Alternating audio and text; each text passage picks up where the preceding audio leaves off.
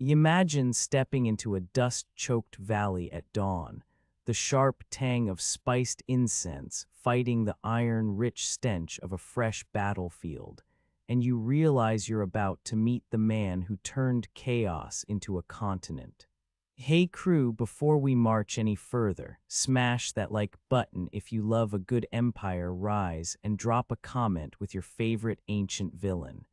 Dim the lights, grab a cup of tea that's as strong as a Persian cavalry charge, and settle in. This isn't a glossy travel brochure.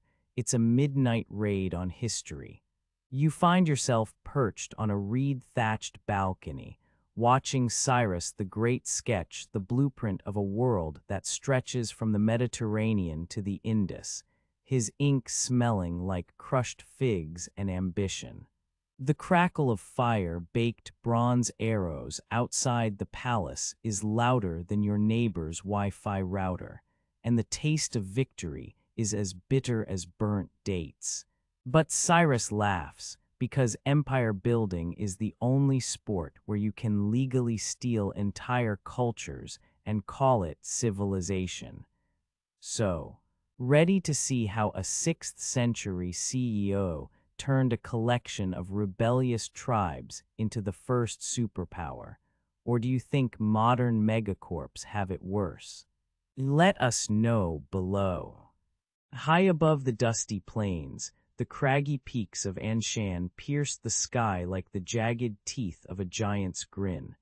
Morning mist clung to the stone walls, smelling of wet earth and the faint, metallic tang of copper mines that fed the kingdom's coffers. In the dim torchlight of the royal hall, a lanky boy with a crown too big for his head, Cyrus, watched the flickering shadows dance across the tapestries of conquered foes. His eyes, bright as desert stars, scanned the room, catching the nervous shuffling of weary nobles who whispered about famine, tax collectors, and a king who seemed to have misplaced his sense of mercy. Even the goats outside bleated in protest, as if they sensed the brewing storm of change. When his father's frail hand slipped away, the throne of Anshan cracked like an old amphora, spilling power into a chaotic mess of rival chieftains and greedy satraps. Cyrus inherited not just a crown, but a kingdom that resembled a broken jigsaw puzzle with pieces scattered across the Zagros foothills. The Median king, Astyages, ruled from the north like a bully with a swaggering cape, demanding tribute and crushing dissent with the subtlety of a sledgehammer. Yet the young prince, armed with a vision of unity that sounded almost like a Spotify playlist titled World Peace, refused to bow. He whispered to his closest friends that the only way to end the oppression was to rewrite the script, and that script would need a hero, himself. Cyrus set out at dawn, his horse snorting clouds of dust as they galloped over limestone ridges that smelled of goat dung and sun-baked sage. He rallied a motley crew. A disgruntled Median general who'd lost his favorite warhorse, a charismatic shepherd who could charm a wolf with a lullaby, and a sly merchant who claimed he could barter with the gods for a better market. The irony was delicious. These outcasts were more loyal than the polished court officials who had spent their lives polishing their own egos. Together they plotted under the glow of a waning moon, swapping stories that sounded like the opening monologue of a Marvel movie, but with far more sand and fewer CGI explosions. The first clash unfolded at the foot of the great river, where the Medians had set up a camp that reeked of burnt leather and stale beer. Cyrus's men surged forward like a wave of angry cats, claws out, while the Median soldiers stood stiff as marble statues that had forgotten how to feel. Swords clanged, shields cracked, and the air filled with the metallic scent of blood, mixed with the sweet perfume of wild thyme growing in the riverbank. In the heat of battle, Cyrus leapt onto a fallen chariot, brandishing his father's sword as if it were a microphone, shouting, "This is the remix you've been waiting for." When the dust settled, the Median flag lay torn, and the surviving soldiers muttered that the boy had the audacity of a rock star and the luck of a cat with 9 lives. News of the victory traveled faster than a gossiping caravan, reaching the markets of Ecbatana, where merchants laughed, cheered, and offered Cyrus a golden goblet that smelled faintly of spiced wine and victory. The prince returned to Anshan with a triumphant grin, his cloak billowing like a superhero's cape, and a new sense that the fractured kingdom could be stitched together. He knew the real work lay ahead, building roads, uniting languages, and convincing stubborn nobles that sharing power was cooler than hoarding it like a dragon hoards treasure. In that moment, the seeds of the first superpower were sown, watered by ambition, iron, and the occasional sarcastic remark about the futility of empire building. And so, under the same rugged highlands that had birthed him, Cyrus set the stage for a Persian saga that would echo louder than any ancient bard's drum. When Cyrus first stepped onto the dusty plateau of Media, the wind smelled of goat milk and rusted iron, and his bare feet kicked up a cloud of sand that glittered like spilled glitter at a rave. He surveyed a patchwork of hilltop forts, each flag fluttering like a nervous teenager's hair in a storm. With a grin that could outshine the sun, he raised his sword and shouted a challenge that echoed off the basalt cliffs, rattling the bones of the dead. The Medes, tired of their own petty squabbles, listened as the clang of his blade cut through the morning fog. In that moment, Cyrus sensed the raw potential of a unified force, not just a collection of angry warlords. Instead of crushing them all, Cyrus sent envoys bearing honeyed words, and more importantly, a bride from his own house to the Median king. Think of it as the ancient version of a Netflix crossover episode. The marriage feast smelled of spiced lamb, wine that burned the throat, and a hint of incense that masked the underlying stench of sweat and animal dung. As the newlyweds exchanged vows, Cyrus whispered promises of shared spoils, turning rival chieftains into reluctant in-laws. Lydian princes, hearing the gossip over the clamor of market stalls, begged for a similar arrangement, and soon the palace corridors were crowded with wedding garb and political contracts. By the time the last cup was drained, the Medes and Lydians were bound not just by kinship, but by the fear of missing out on the biggest party in the ancient world. Cyrus didn't stop at wedding cake. He marched his new allies into the training grounds where the air throbbed with the thump of wooden shields and the metallic scent of blood-soaked sand. He ordered the Median archers to fire in unison with Lydian cavalry, creating a rhythm that sounded like a war drum remix of a tribal chant. The recruits, still smelling of sweat and campfire smoke, learned to march in step, their boots thudding like a marching band on a stone road. When a disgruntled tribal chief muttered about losing his freedom, Cyrus slapped a bronze medallion on his chest and shouted, "Now you're a member of the coolest club in the world." The laughter that followed was as loud as the clash of swords, sealing the bond through shared humor and bruised ribs. Soon the patchwork of peoples unfurled beneath a single banner, a golden lion prowling across a field of crimson, a symbol that smelled faintly of burnt oil and fresh pine from the forested hills. Soldiers from every tribe swore an oath, while the wind carried the scent of pine needles and the distant echo of a river's roar, promising loyalty not to a king but to a vision. The irony was delicious. Former rivals now cheered each other's victories, slapping backs that smelled of mud and sweat, as if they'd just finished a marathon of gladiatorial games. Even the old shaman, who once whispered curses into the night, now sang a hymn about unity, his voice cracking like a cracked amphora but resonating with fierce pride. The army marched as one, their combined roar shaking the very stones of the cities they would soon conquer. When the first enemy line fell, the sound of breaking spears mingled with the sweet, acrid smell of burning thatch, and the soldiers laughed like kids watching fireworks. News of Cyrus's marriage and military formula spread faster than gossip about a celebrity scandal, reaching the far-flung corners of the Near East. Empires that once thought themselves untouchable now quivered, wondering if they'd been outsmarted by a guy who could juggle swords and wedding rings with equal flair. In the end, Cyrus turned a chaotic mosaic of tribes into the world's first superpower, a feat that would make even modern Marvel heroes raise an eyebrow.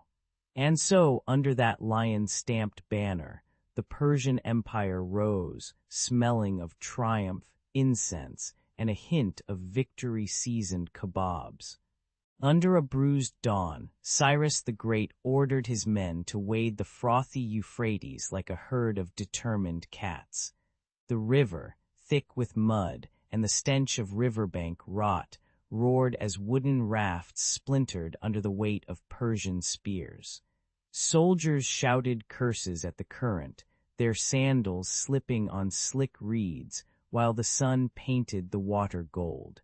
Yet the king's eyes glittered with the promise of Babylon, and his voice cut through the chaos like a battle cry from a video game boss level. By noon, the Persian force stood on the opposite bank, dripping and victorious before the city even knew they were there. Cyrus didn't waste time with a drawn-out siege. He turned Babylon's famed walls into a giant game of hide-and-seek. Night fell, and the city's guards, lulled by the soft clink of wine cups, heard only the distant hum of Persian drums. Torches flickered as shadowy silhouettes slipped through a forgotten gate, their leather boots silent on the dust-laden streets. The Babylonians awoke to the clatter of armor and the bewildered gasp of a city caught off guard, their own alarm bells sounding like a broken kazoo. Within hours, the once impregnable citadel lay under Persian banners, its gates open like a surprised mouth. Instead of marching in with loot-hungry eyes, Cyrus marched in with a carpenter's toolbox and a priest's reverence. He ordered the smashed doors of the Marduk temple to be mended, the incense to be lit, and the stale scent of fear replaced with sweet frankincense. The locals watched, half amazed and half skeptical, as the conqueror knelt before a statue that had survived countless wars. "No plunder today," he declared, his voice echoing off marble, "just restoration." The crowd's nervous murmurs turned into relieved sighs, as if a heavy curtain had been pulled back to reveal a brighter stage. From the palace balcony, Cyrus unveiled the Cyrus cylinder, ancient Persia's version of a viral tweet, etched in clay and rolled out like a scroll of cosmic hashtags. The inscription boasted a revolutionary policy. "Let every god be worshipped, every people speak their tongue," a line that would make modern influencers blush. He promised to return displaced peoples to their homelands, a move so unexpected it felt like a plot twist in a superhero movie. The cylinder's words resonated through the bustling market, where the scent of spiced lamb mingled with the clatter of barter. Even the city's cynics could not help but chuckle at the irony of a conqueror who sounded more like a benevolent librarian than a warlord. Word of Cyrus's tolerance spread faster than a gossip chain on a royal court, turning former enemies into eager allies. Babylonians sang hymns to Marduk while whispering thanks to a foreign king who had spared their granaries and their gods. The empire swelled, not just with territory, but with a mosaic of cultures that felt oddly at home under one banner. History would later call him a visionary, but at the time, he was simply the guy who turned a brutal conquest into a grand, inclusive party. And so, the first superpower was built not on fear alone, but on the surprisingly effective strategy of giving people the freedom to binge-watch their own deities. At the zenith of his reign, Cyrus the Great unfurled a map the size of a Persian rug and sliced it into neat squares called satrapies. He appointed satraps, regional governors, who wore silk sashes and carried brass tablets inscribed with orders that smelled faintly of ink and goat milk.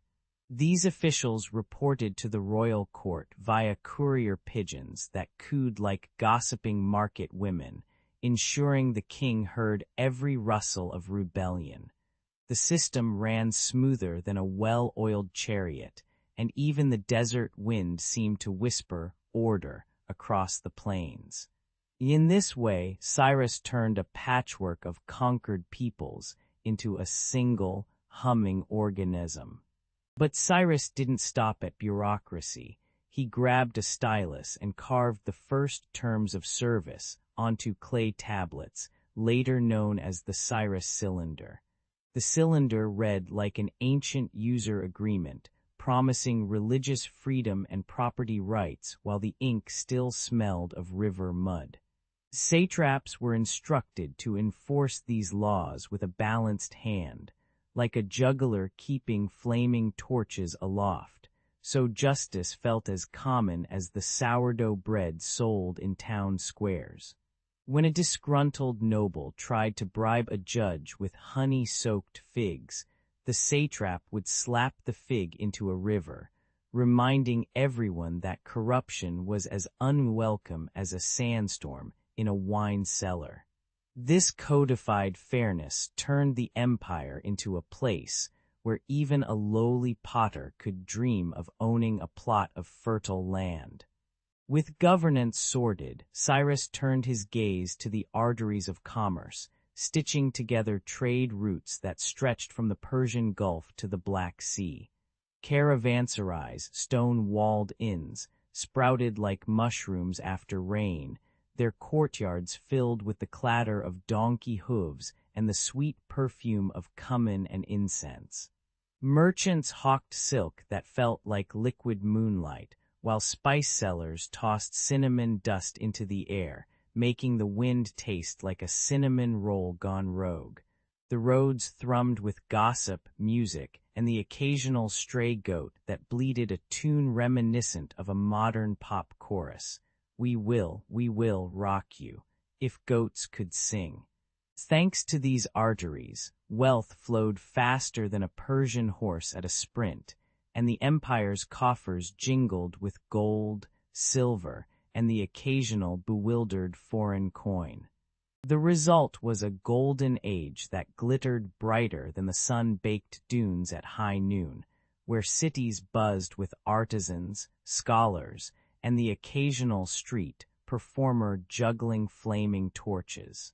Citizens lounged in gardens scented with rose water, while the distant clang of blacksmiths forged swords that sang like electric guitars. Stability meant festivals could stretch for days, with drums beating so hard they rattled the very foundations of the palace, and wine flowing like the Euphrates after a spring flood. Yet beneath the glitter, there were gritty realities, tax collectors sniffing out hidden caches of grain, the occasional revolt smoldering like a campfire that refused to die. Still, the empire's resilience turned these sparks into mere embers, proving that a superpower isn't just about might, but about keeping the lights on when the night is darkest. When the sun set on Cyrus's reign, the empire stood as the world's first true superpower, a sprawling tapestry woven from countless cultures, languages, and cuisines. Future leaders would look back and say, if only we had a satrap like HR department, as they tried to copy his playbook with mixed success.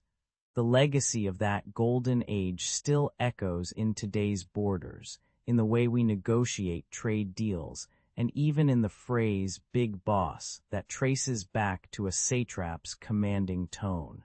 So next time you sip tea flavored with Persian cardamom, imagine the caravan that trekked across scorching deserts, the satrap who signed off on the route, and Cyrus, who, like a visionary CEO, built the ultimate startup.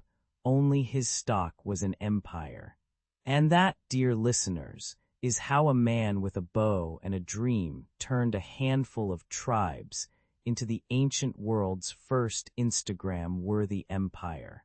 When the sun slipped behind the Zagros peaks, Cyrus the Great slipped quietly into history, his last breath as gentle as the rustle of wheat in a summer field. He died on his throne in Pasargadae, surrounded by the faint perfume of incense and the clink of bronze cups left untouched. The courtiers whispered that even the wind seemed to sigh in relief, as if the empire itself were taking a deep, contented exhale. Cyrus left behind a kingdom stitched together by roads of stone, a legal code that read like a user-friendly FAQ, and a reputation for letting conquered peoples keep their gods and goats. In that moment, the world got its first taste of enlightened rule, a flavor as sweet and surprising as finding honey in a jar of mustard. His son Cambyses inherited the crown like a teenager, grabbing a video game controller, eager, a little reckless, and totally unaware of the hidden lag. He marched the Persian legions across the scorching deserts of Egypt, the sand sticking to his boots like gritty popcorn, and claimed the Nile's banks as his own. Then Darius I, the empire's version of a savvy CEO, reorganized the sprawling bureaucracy into 22 satrapies, each overseen by a governor who signed paperwork with a seal that looked like a tiny lion's paw. He built the Royal Road, a mile-long marble highway that hummed with the clatter of horse hooves, the chatter of merchants, and the occasional stray camel that sneezed clouds of dust into travelers' eyes. Under these successors, Persia swelled to a size that would make a modern megacity blush, its borders stretching from the Aegean's blue waves to the Indus's muddy banks. But empires are like overstuffed satchels. Pull one strap too hard and the whole thing bursts open. After Darius, court intrigue turned the palace into a pressure cooker, where whispered conspiracies smelled of stale wine and burnt incense. Rebellions flared in Babylon, where angry scribes smashed clay tablets in protest, and in Egypt, priests chanted curses that made the Nile's water turn a murky brown. The once orderly ranks of the Persian cavalry began to mutter about pay, their armor clanking like a disgruntled orchestra. By the time Alexander the Great sauntered in with his Phrygian cap and a swagger that could outshine a Hollywood star, the empire was a patchwork quilt riddled with holes, each thread tugged by local warlords hungry for a slice of the ancient glory. Yet the ghost of Cyrus's tolerance refused to vanish, haunting later rulers like a polite specter at a rowdy banquet. When Alexander conquered the Persian heartland, he didn't burn the temples. Instead, he tossed a few olives onto the altar and let the local priests keep their incense, earning him a reputation as the original cultural mash-up DJ. The Romans, who loved a good road and a solid legal framework, copied the royal road's efficiency, and even borrowed the idea of letting conquered peoples keep their own deities, though they swapped the goat for a legionary's helmet. Centuries later, the Ottoman sultans whispered about the Cyrus model while sipping sweet tea, and even modern constitutions echo his notion that a ruler should be a servant, not a tyrant. In boardrooms today, CEOs quote Cyrus's Charter of Human Rights, a dusty tablet that somehow sounds like a LinkedIn post about inclusive leadership. So when the sun sets on the ruins of Persepolis, casting long shadows over shattered stone, you can almost hear Cyrus's ghost humming a tune that sounds suspiciously like a 1970s rock ballad. His empire may have fractured like a cracked smartphone screen, but the idea that power works best when you share the Wi-Fi of freedom still sparks debates around campfires and conference tables alike. History teachers, like reluctant tour guides, remind us that the first superpower didn't need a cape, just a keen sense of smell for incense and a willingness to let people worship whatever deity kept their crops green. And if you ever find yourself stuck in a bureaucratic maze, remember Cyrus's legacy: a little tolerance, a dash of humor, and a road that leads somewhere, even if it's just to the nearest tavern. In the end, the Persian Empire's rise and fall reads like an epic series finale, dramatic, messy, and leaving the audience wondering what the next spin-off will be. High above the dusty plains of Persis, the sun baked the limestone cliffs until they glowed like burnt toast.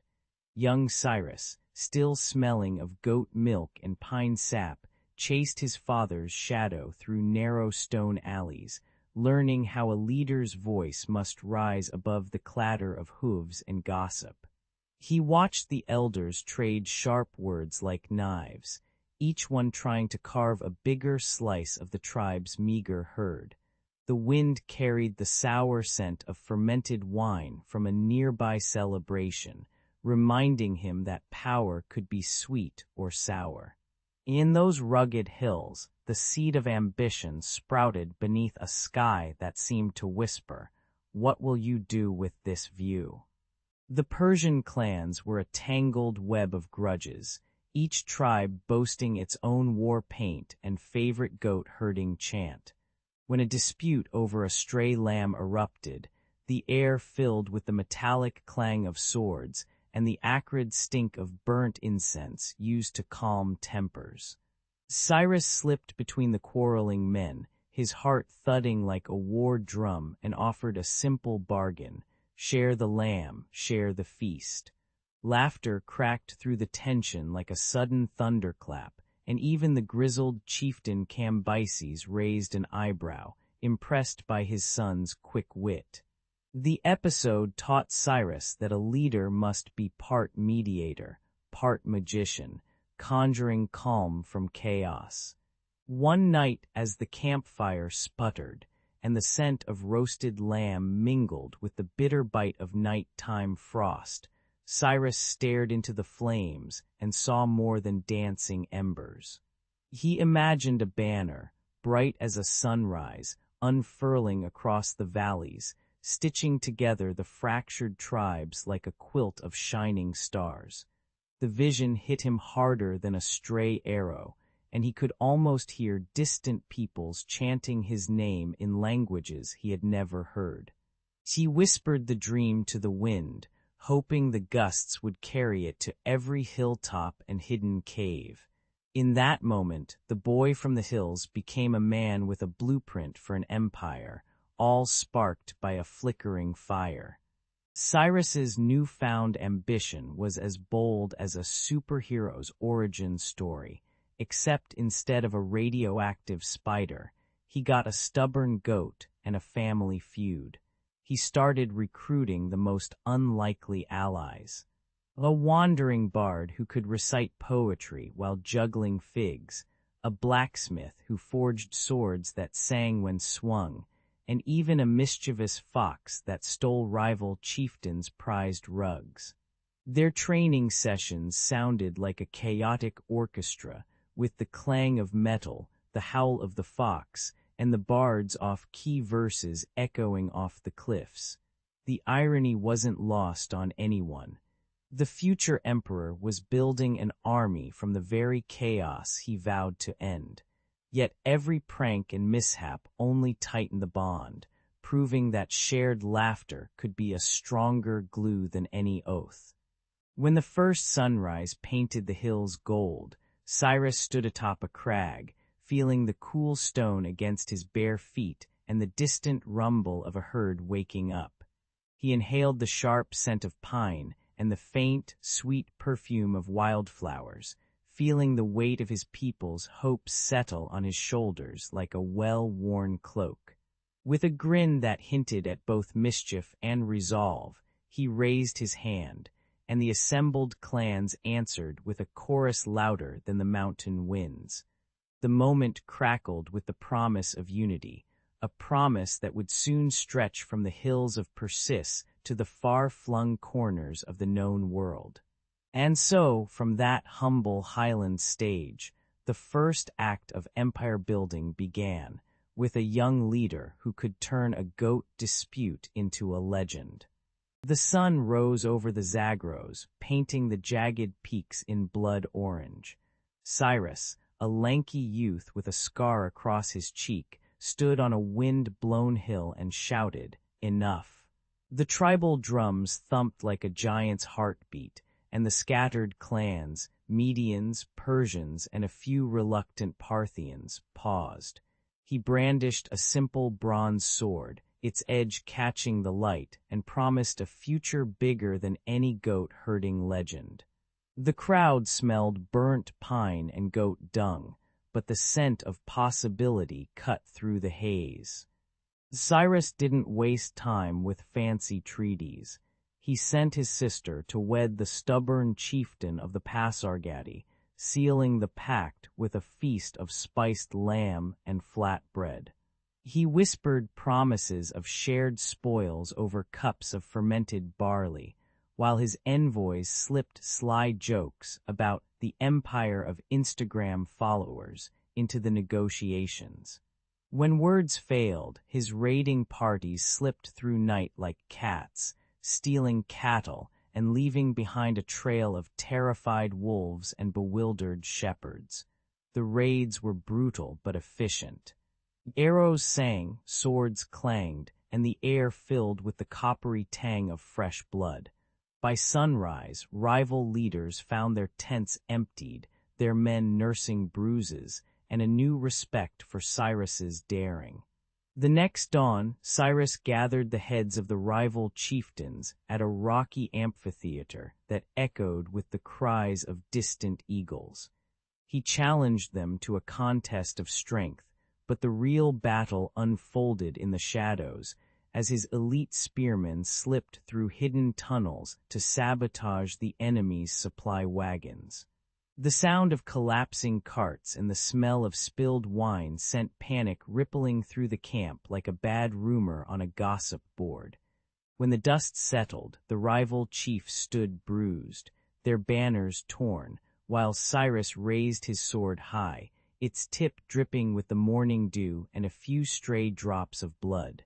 He declared with a grin, "Who needs a throne when you have a good Wi-Fi signal? A strong network of allies," and the crowd laughed despite the gore.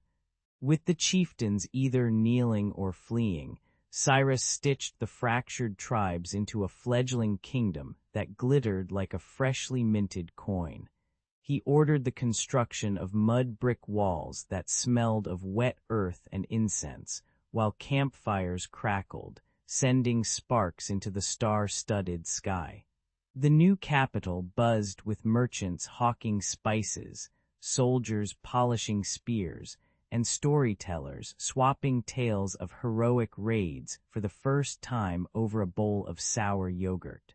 The old tribal order, with its endless feuds and goat-herding gossip, began to look as outdated as a floppy disk in a tick-tock era. Yet the people felt a strange pride swell in their chests, a feeling akin to hearing your favorite song at a wedding, except the song was the clang of swords and the promise of conquest. As Cyrus surveyed the horizon, he imagined an empire that would one day stretch from the Mediterranean to the Indus, a vision grand enough to make even the gods raise an eyebrow. He chuckled at the irony that a boy who once stole a goat's tail now plotted to steal the world's riches, all while the scent of roasted lamb lingered in his nostrils. The wind carried whispers of Cyrus the Great across the valleys, a nickname that would later sound like a superhero moniker in comic books. He knew the road ahead would be paved with betrayal, battle, and bureaucracy, but for now, the taste of victory was as sweet as honey-dripping figs. And so, with a triumphant roar that rattled the very stones of the Zagros, Cyrus set the stage for a saga that would make even modern binge-watchers jealous. When Cyrus the Great finally stitched together the scattered Persian tribes into a humming hive, his eyes flicked west like a cat spotting a laser pointer. He'd tasted the sweet scent of victory in the Zagros, and now the horizon glittered with the promise of more spoils. The wind carried whispers of the mighty Median king Astyages, whose palace smelled of incense and stale power.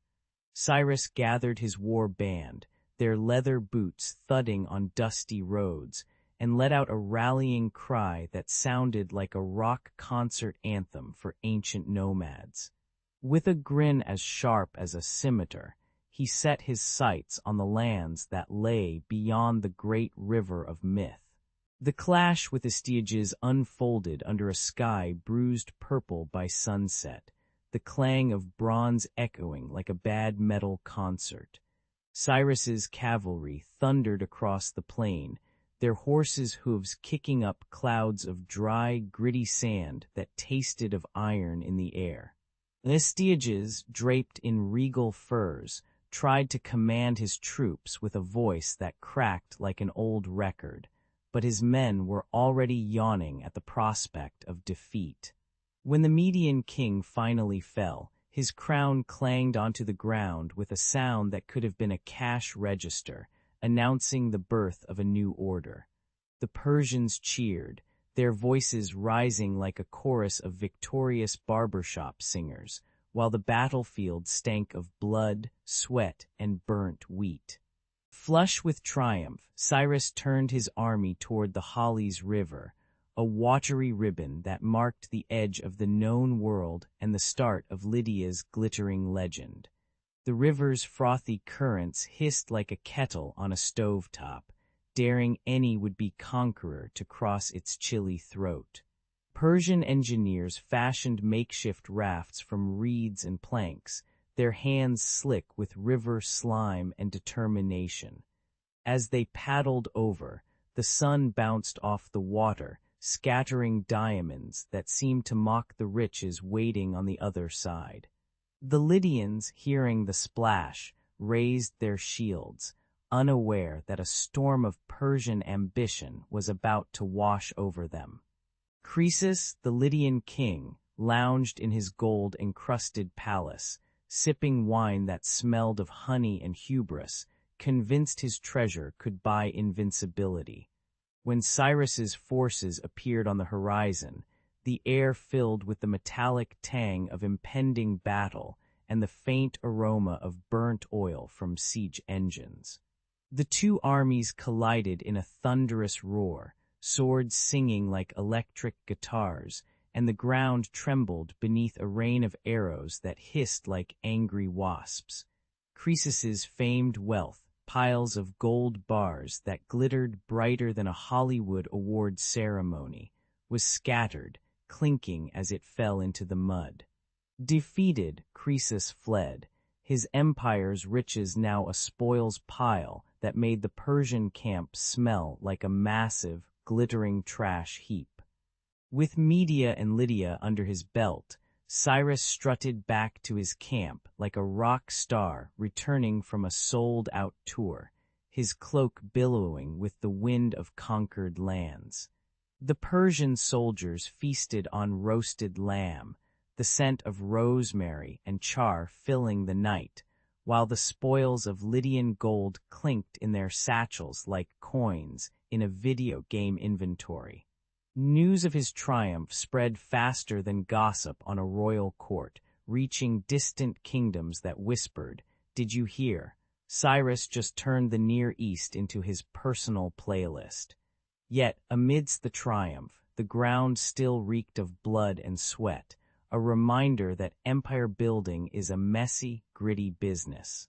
Cyrus smiled, knowing that each victory was a stepping stone toward a realm that would outlast his own legend, a story that would be retold around campfires for centuries to come. The night before the siege, Cyrus crouched on a sand-slick hill overlooking the great Euphrates, his mind buzzing like a hive of restless bees. He ordered his engineers to dig a shallow channel, a trick as simple as slipping a banana peel under a royal chariot. When the workers let the river run dry, the riverbed turned to cracked mud that smelled of stale fish and desert dust. Soldiers whispered that the gods themselves were taking a coffee break, leaving Babylon exposed. With the water gone, Cyrus's plan glimmered brighter than a freshly minted gold coin. At dawn, Cyrus's troops marched to the riverbank, their sandals slapping the parched stones in a rhythm like a marching band on a desert runway. The sudden rush of water surged back, a roaring wall of foam that slammed into Babylon's mighty walls with the force of 1,000 angry cats. Cracks spider webbed across the mud brick fortifications, and the sound of splintering stone sang like a broken lyre. The Babylonians, who prided themselves on impenetrable defenses, stared in stunned silence as their own river became a battering ram. The breach yawned wide enough for a camel caravan to stroll through, and the city's pride crumbled faster than a stale pastry. Inside the city, the air turned sour with the smell of panic-cooked lamb and burning incense that the priests had lit to ward off invaders. Yet as Cyrus's standard unfurled, a golden sunburst that glinted off the river's spray, crowds began to chant his name like a pop song chorus. Old women offered him dates and honey, saying he was the promised deliverer who would free them from the yoke of Nebuchadnezzar's ghosts. Children giggled, pointing at the Persian commander as if he were a superhero landing in their backyard. Even the city's grizzled guards, whose beards smelled of sweat and stale ale, lowered their spears and raised a toast to the newcomer. Cyrus didn't just stop at the gate. He turned the whole episode into a viral campaign, the ancient equivalent of a TikTok, by commissioning stone tablets that painted him as a benevolent shepherd. The tablets showed him handing out grain, riding a chariot that resembled a modern sports car, and whispering sweet nothings to the river itself. Merchants spread the story across the markets of Egypt and the Indus, each retelling adding a dash of drama like a director editing a blockbuster. In the taverns of Susa, bards sang verses that made the conquest sound like a Game of Thrones episode where the hero actually wins without killing anyone. The irony was delicious.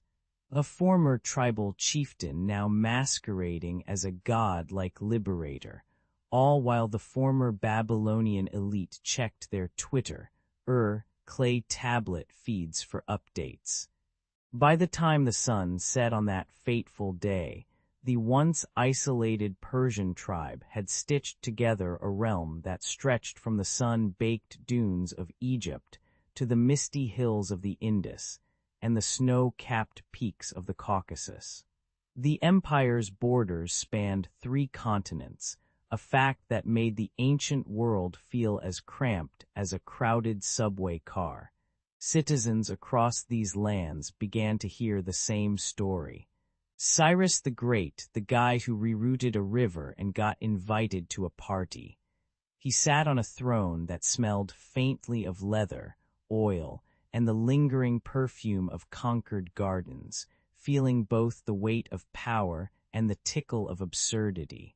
And so, with a river's roar still echoing in his ears, Cyrus turned a tribal raid into an empire, proving that sometimes the biggest conquests start with a simple splash. When the crown settled on Cyrus's brow, the air in Pasargadae crackled like a summer thunderstorm.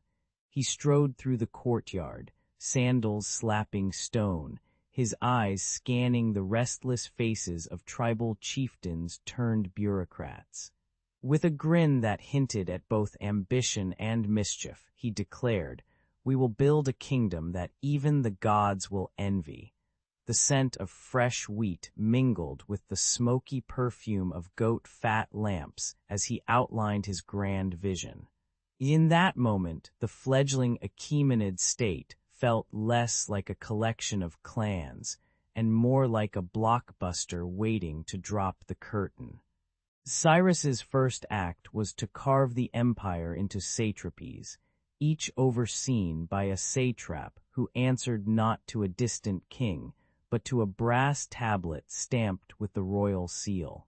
He hired scribes who could read cuneiform, Aramaic, and the occasional doodle of a cat, ensuring every grain levy was recorded with the precision of a modern spreadsheet.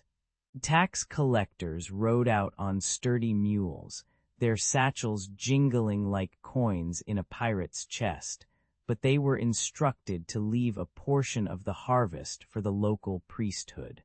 The administrative machinery hummed like a well-tuned lyre, turning chaos into order without crushing the spirit of the provinces. Even the most stubborn tribal elder found himself nodding along, as if the reforms were a catchy pop chorus he couldn't help but hum. But Cyrus wasn't just a stickler for paperwork.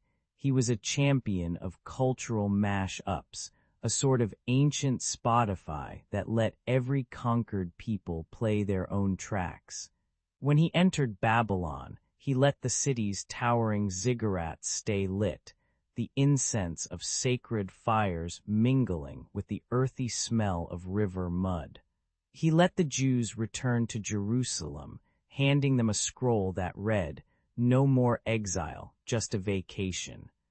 The locals whispered that the Persian king was more tolerant than a yoga instructor at a rock concert, and they responded with feasts that smelled of spiced lamb and fermented dates.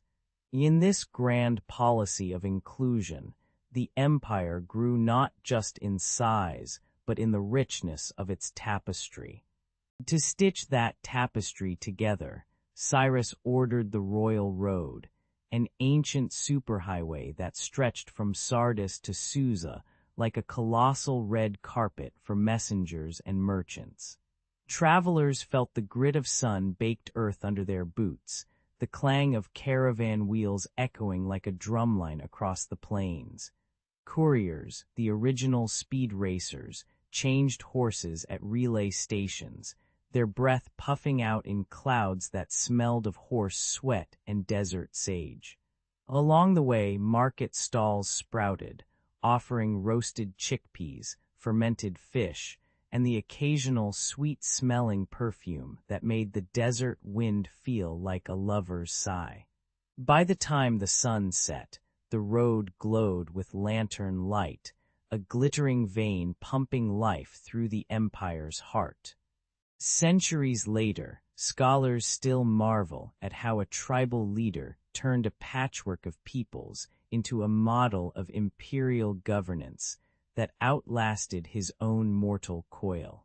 The administrative blueprints echo in modern governments.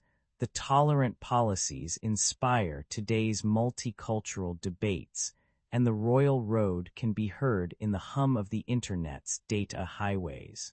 One can almost hear the ghost of Cyrus chuckling, noting that empire building is a lot like binge-watching a series. Once you start, you can't stop until every episode is aired. The legacy of the Achaemenids thus stands as a testament to vision, humor, and the occasional well-placed road sign. As the sun sets over the ruins of Persepolis, the wind carries the faint scent of incense and the distant roar of a chariot, reminding us that greatness, like good storytelling, never truly fades. When Darius I stared out over the patchwork of his empire, from the glittering markets of Sardis to the mud-brick towers of Susa, he realized his throne was perched on a jigsaw puzzle missing its edges. He summoned his council and declared, "We need a road that can carry a message faster than a gossiping bizarre woman." The king's eyes flickered like a torch in the night, already seeing a ribbon of stone and dust stitching his realms together.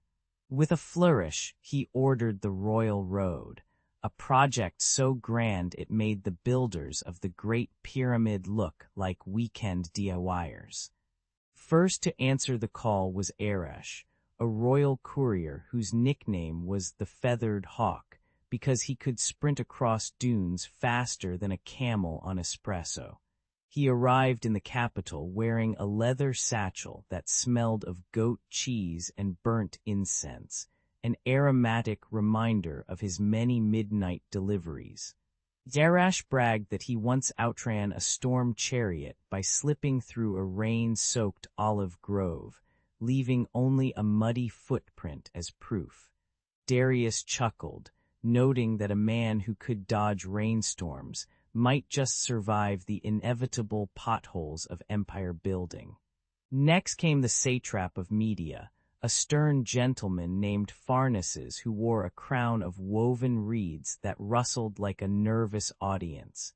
He spoke in measured tones about tax revenues, border skirmishes, and the occasional goat that escaped its pen to wander onto the road.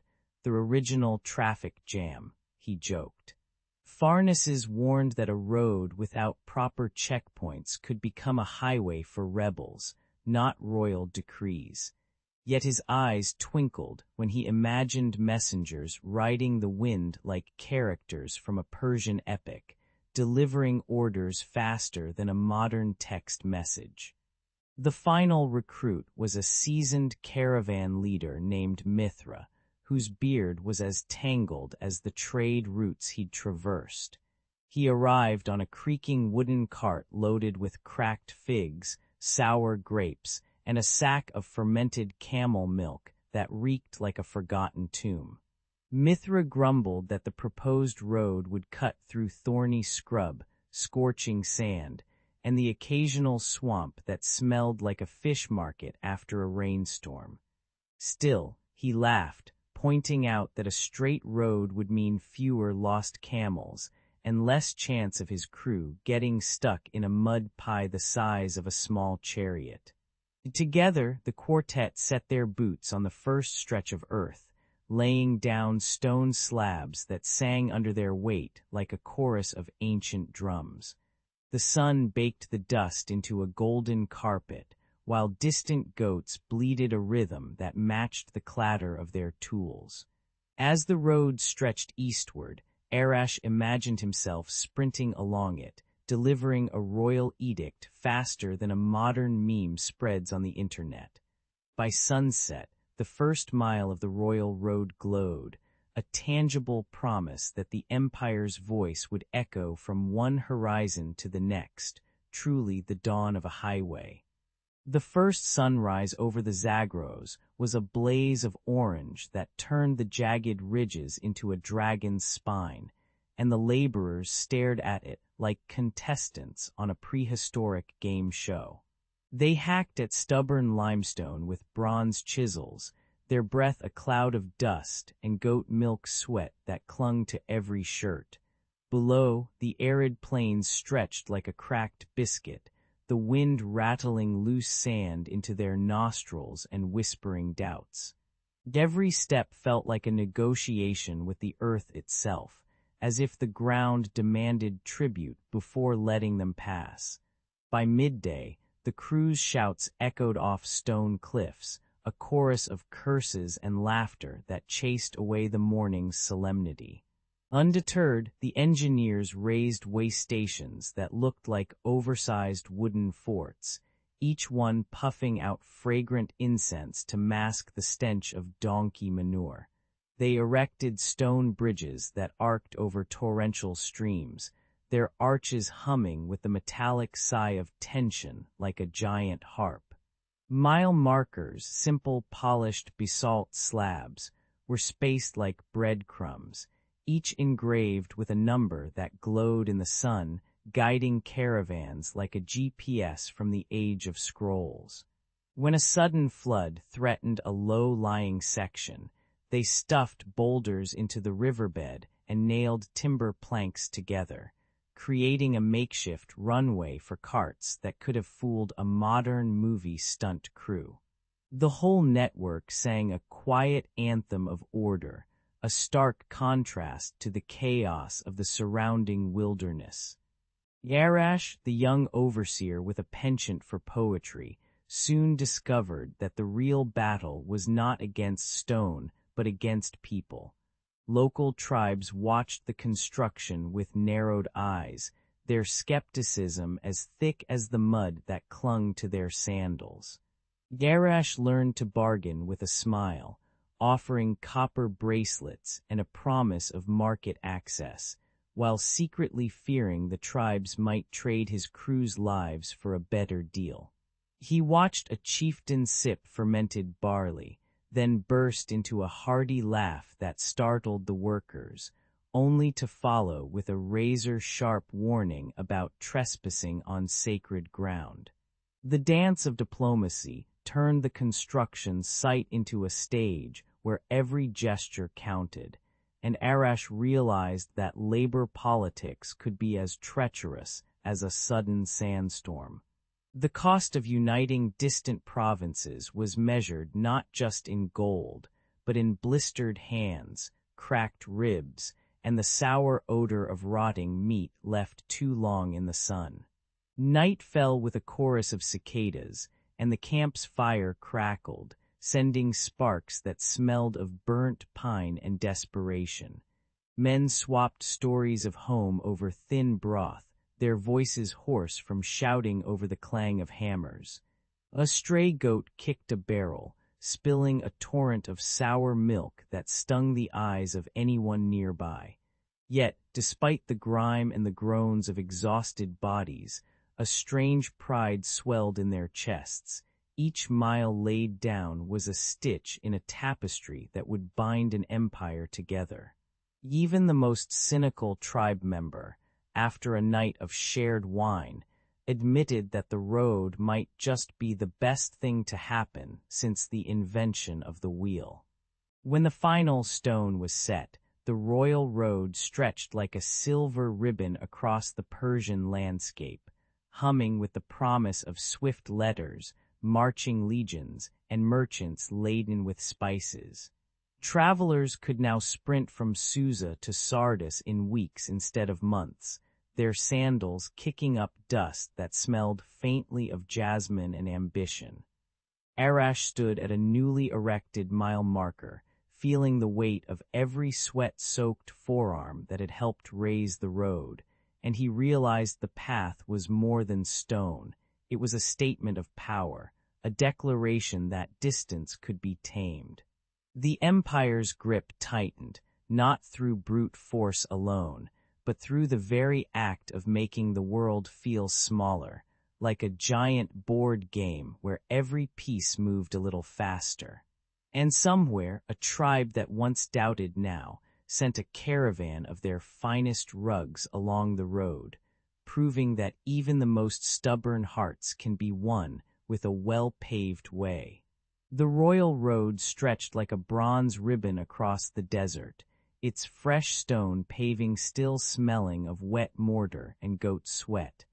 Arash, the Empire's most trusted courier, tightened his leather straps, feeling the weight of a sealed scroll that could shift the fate of a city. The sun hammered the horizon, turning the distant dunes into a molten sea, while a caravan of camels snorted and shuffled, their hooves clacking against the new stones. He whispered a quick prayer to Ahura Mazda, then set off, his horse's breath fogging in the morning chill like a wizard's spell. The royal decree in his satchel promised peace, but the road itself was still a newborn beast, prone to hiccups and tantrums. Halfway to the oasis, a ragged band of desert bandits sprang from behind a jagged outcrop, their eyes glittering like cheap sequins on a costume party. They shouted curses in broken old Persian, brandishing rusted swords that sang a sour tune when they clanged against each other. Yarash's horse reared, hooves kicking up a cloud of sand that smelled of stale sweat and burnt incense, while Arash drew his dagger with a flick that would make a Hollywood stuntman jealous. He ducked a wild swing, the blade whooshing past his ear like a disgruntled bee, and thrust forward, the dagger finding a soft spot between a bandit's ribs. The bandits fled, leaving behind a trail of sand, broken spears, and the lingering scent of fear mixed with goat cheese. No sooner had the dust settled than the sky darkened, as if someone had flipped a giant celestial switch. A sudden storm rolled in, thunder booming like the drums of a marching army, and rain hammered the road in a relentless, icy barrage. The newly laid stones turned slicker than a greased chariot wheel, and Arash slipped, feeling the cold spray sting his face like a slap from a mischievous imp. Lightning cracked the air, illuminating a distant silhouette of a lone tree that seemed to shiver under the storm's fury, its leaves rustling like whispered gossip. Despite the chaos, Arash pushed onward, his cloak drenched, his breath forming ghostly clouds that mingled with the storm's roar. By the time he reached the city gates of Babylon, the sun had retreated, and a nervous clerk handed him a second scroll, an urgent, hastily written message that had taken a wrong turn at the desert oasis. The miscommunication warned of a rebellion, but the details were garbled, sounding like a bad translation of a Shakespearean tragedy performed by a troupe of clowns. Yarash read the ink, his stomach twisting tighter than a pretzel at a street fair, realizing the decree could spark an uprising if delivered to the wrong governor. He sprinted through the bustling market, where the smell of spiced lamb and burning oil mingled with the distant cries of merchants haggling over copper. The irony was thick, a road built for swift, reliable communication now threatened to become the very conduit of chaos. In the palace courtyard, Arash burst onto the marble steps, thrusting the corrected scroll into the king's trembling hands, his voice echoing like a war drum in a quiet tavern. The king read, his brow unfurling from a storm of worry to a calm as smooth as polished obsidian, and ordered the troops to stand down, averting a bloodbath that would have made even the gods wince. The messengers cheered, their laughter ringing like broken pottery, while the road beneath them seemed to sigh in relief, its stones humming a low, satisfied hum. Arash, exhausted and mud-splattered, allowed himself a wry grin, thinking that even the mightiest infrastructure needs a human touch, plus a bit of luck, like a lucky charm in a video game. As the sun finally rose, casting golden light over the royal road, the Empire breathed easier, knowing that the path they built could survive both bandits and bureaucracy. The sun had just set over the jagged hills of Media when the first shouts rose like a broken kettle, echoing across the dusty plain. rebel banners fluttered in the wind, their colors as garish as a circus tent after a rainstorm, and the smell of burnt wheat mingled with sweat and fear. Villagers huddled behind cracked mud walls, clutching whatever they could, spades, knives, even a goat that had escaped the chaos. From the high ridge, the imperial garrison could see the rebellion spreading like a spilled jar of honey, sticky and impossible to ignore.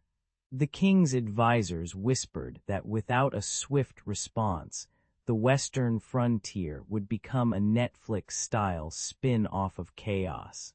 Enter the Royal Road, the empire's very own version of a medieval Uber, a ribbon of stone and sand stitched with relay stations every 20 miles like beads on a necklace. At each post, fresh horses snorted, their hooves clacking against the packed earth, while couriers swapped scrolls faster than a barista hands over a latte. The road's scent was a heady mix of sun-baked clay, horse manure, and the occasional whiff of roasted lamb from a nearby caravan. Lanterns flickered at night, casting long shadows that looked like the fingers of a giant trying to grab the horizon. This network, built by Persians who loved order as much as they loved a good feast, could move a message from Susa to Sardis faster than a gossip spreads in a royal court. When the alarm bells rang, Arash, a lithe courier with eyes sharp as a hawk's, volunteered for the night relay, his heart thudding like a war drum. He saddled a chestnut stallion named Zephyr, whose breath fogged in the cold air, and galloped into the blackness, the road shimmering under a moon that looked like a silver coin tossed into a dark well. Along the way, he slipped through stations where guards greeted him with a grunt and a bowl of sour goat cheese, deliciously pungent, if you liked your protein with a side of stench. Each handoff was a blur of leather straps, rusted swords, and the occasional shouted, "Hurry up, you lazy ox," that made even the night owls snicker. By the time Arash reached the frontier outpost, his cloak was soaked in sweat and dust, but the king's sealed decree was clutched tight in his calloused hand. The rebel camp erupted when Arash burst through the gate, parchment fluttering like a startled pigeon. The king's counter-order, inked in a flowing script that read like poetry, demanded immediate surrender and promised generous spoils for those who laid down arms. Basically a medieval version of "let's talk it out over pizza." The rebels, half bewildered and half impressed by the speed of the delivery, stared at the scroll as if it were a prop from a Game of Thrones episode that had gone off script. A chuckle rippled through the ranks when one of the leaders muttered, "Well, that's faster than my Wi-Fi," before reluctantly lowering his spear. The iron clang of swords being sheathed echoed, and the scent of campfire smoke mixed with the sweet relief of avoided bloodshed. By dawn, the western frontier was quiet again, the only sounds the distant bleating of goats and the soft clatter of horses returning to their stations. The rebels, now disarmed and humbled, were escorted back to their villages where they received grain rations and a stern lecture on the benefits of loyalty. Think of it as a reality show makeover, but with fewer camera crews. The king's messengers rode back on the royal road, their horses' hooves beating a triumphant rhythm that resonated like a drum solo at a rock concert. Courtiers whispered that the road had not just delivered orders, but had delivered the empire's very survival, turning the tide like a superhero swooping in at the last second. And so the royal road earned its place in legend, a concrete, well, stone and sand, testament that speed and organization can outshine even the fiercest rebellion. When the last rebel banners were lowered and the empire settled into a lazy summer, the royal road stretched like a dark ribbon across the sun-baked steppe. Caravan drivers slapped their reins, and the clatter of wooden wheels sang a rhythm that rivaled any drum line. Dust rose in golden plumes, coating the faces of soldiers who still smelled faintly of goat cheese and sweat. Merchants shouted their wares, spiced dates, copper bracelets, and the occasional cursed goat, while camels grumbled like disgruntled teenagers. Even the stone itself seemed to hum, a low bass note that reminded travelers they were part of something bigger than a single city-state. Soon the road turned into a floating market, a moving bazaar where silk from Susa tangled with incense from Babylon. The air grew thick with cinnamon, roasted lamb, and the occasional whiff of a dead rat that had taken a wrong turn into a caravan sack, proof that even ancient logistics had a gross factor. Traders swapped stories as eagerly as coins, spreading rumors about a new king who liked to wear purple socks, a joke that traveled faster than any royal courier. Money changed hands, but ideas slipped through the cracks of leather satchels, planting seeds of a shared Persian tongue that sounded like a chorus of distant drums. By sunset, the road glittered with lantern light, and the night air buzzed with the laughter of strangers who felt, for a moment, like old friends. Culture rode the same dusty lanes as spices, and soon poets recited verses beside the fire pits of wayfarers, their words echoing off the basalt stones like an ancient mixtape. The young sculptor from Persepolis taught a nomadic shepherd how to carve a tiny lion from a broken amphora, and the shepherd, in turn, taught the sculptor the art of knot tying, proof that knowledge was the ultimate souvenir. Even the empire's bureaucrats got caught up. One official tried to enforce a no song during tax collection rule, only to be serenaded into compliance by a lute player who claimed he was auditioning for a reality show called Persian Idol. The road became a giant, stone-lined Instagram story, each mile posting a new filter of language, fashion, and philosophy. Ironically, the very same stones that once marked military checkpoints now hosted lovers' secret kisses and philosophers' heated debates about destiny.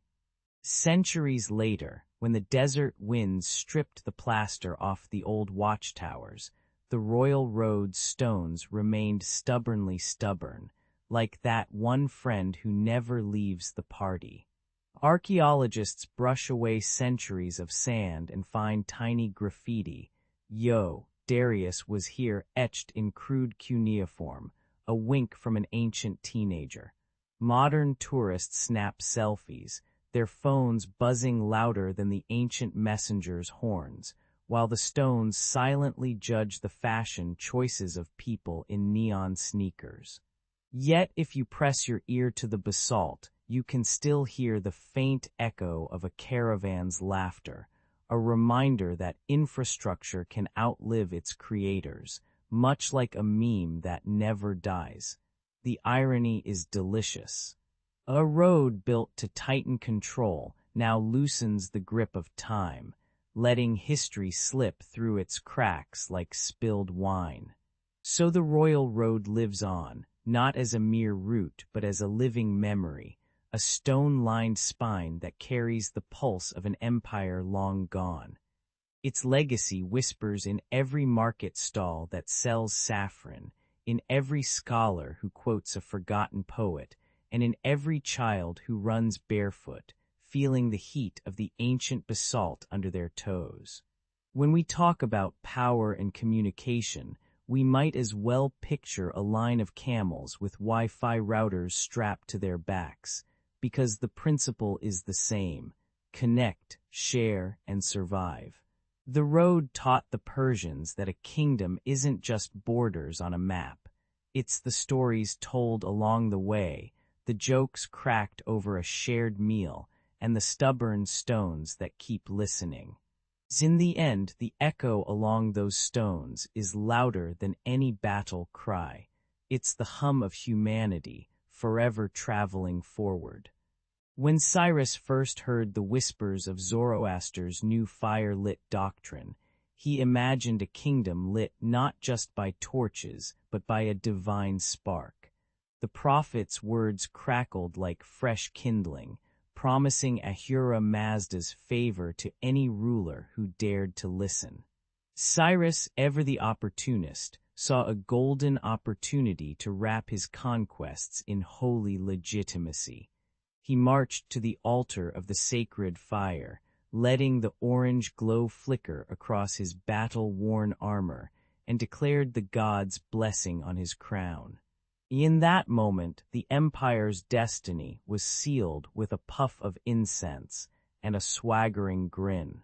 Cyrus announced that his right to rule was not a mere birthright but a celestial appointment, a divine passport stamped by Ahura Mazda himself. He stitched the moral code of truth, righteousness, and order into the very fabric of his lawgivers, promising that justice would flow like the Euphrates after a spring flood. The court's marble floors echoed with the clink of bronze tablets, each bearing the promise that the king would protect every farmer, merchant, and soldier. Even the lowliest scribe could feel the weight of that promise, like a warm shawl against the chill of desert night.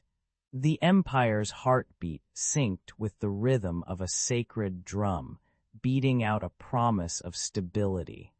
Soon the royal palace and the fire temples became inseparable twins, sharing the same incense-laden air and the same chorus of priests chanting, "Good thoughts, good words, good deeds."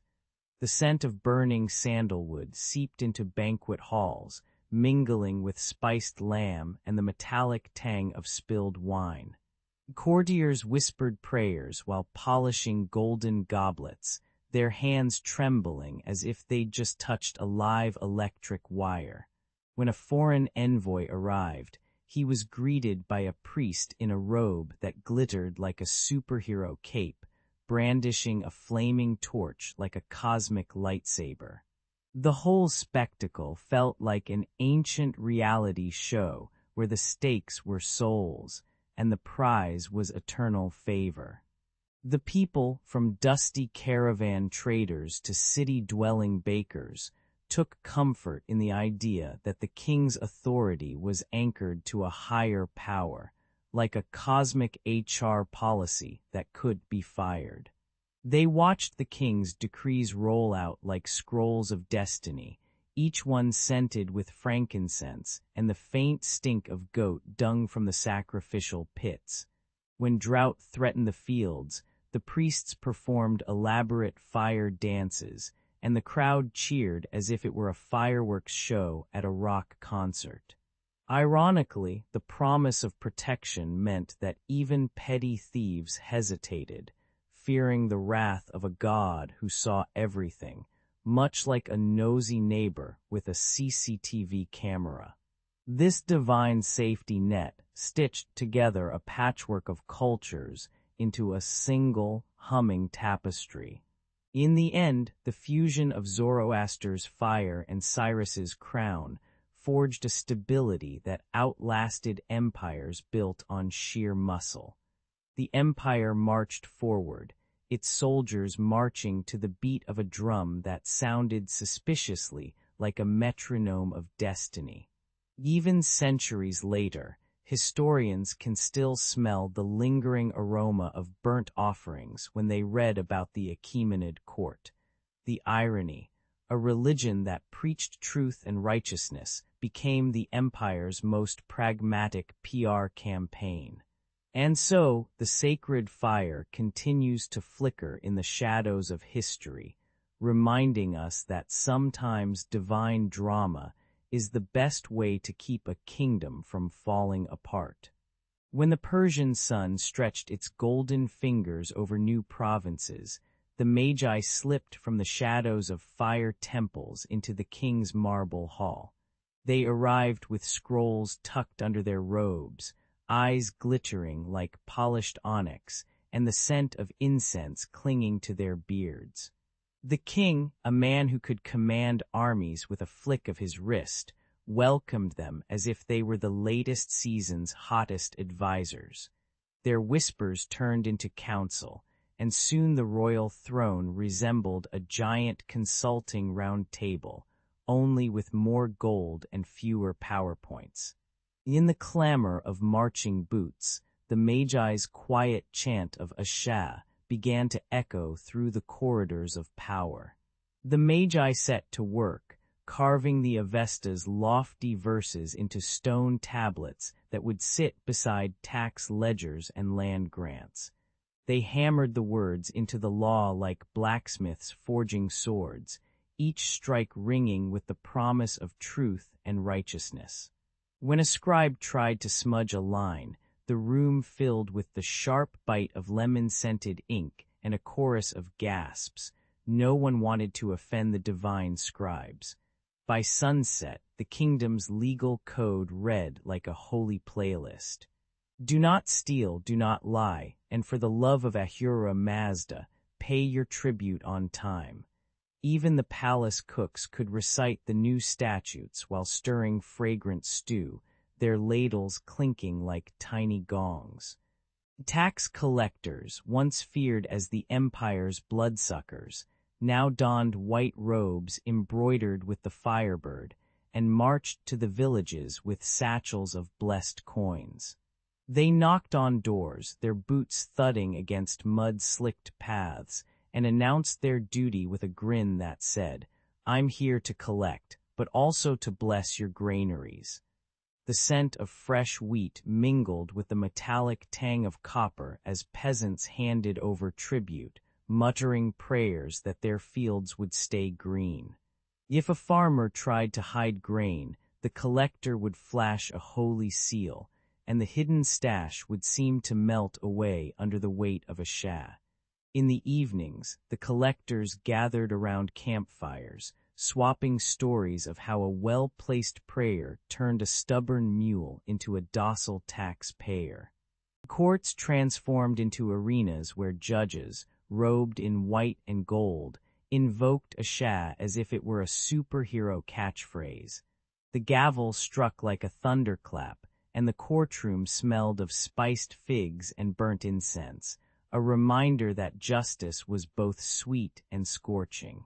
Litigants whispered, "May my truth be as bright as a sunrise over Persepolis," while the judge tilted his head, eyes gleaming like polished amber, and declared, "A Shah shall guide us, lest we descend into chaos. Think of it as the original Avengers assembling for fairness." Even the scribes scribbling verdicts felt the electric buzz of divine approval, their quills dancing across parchment.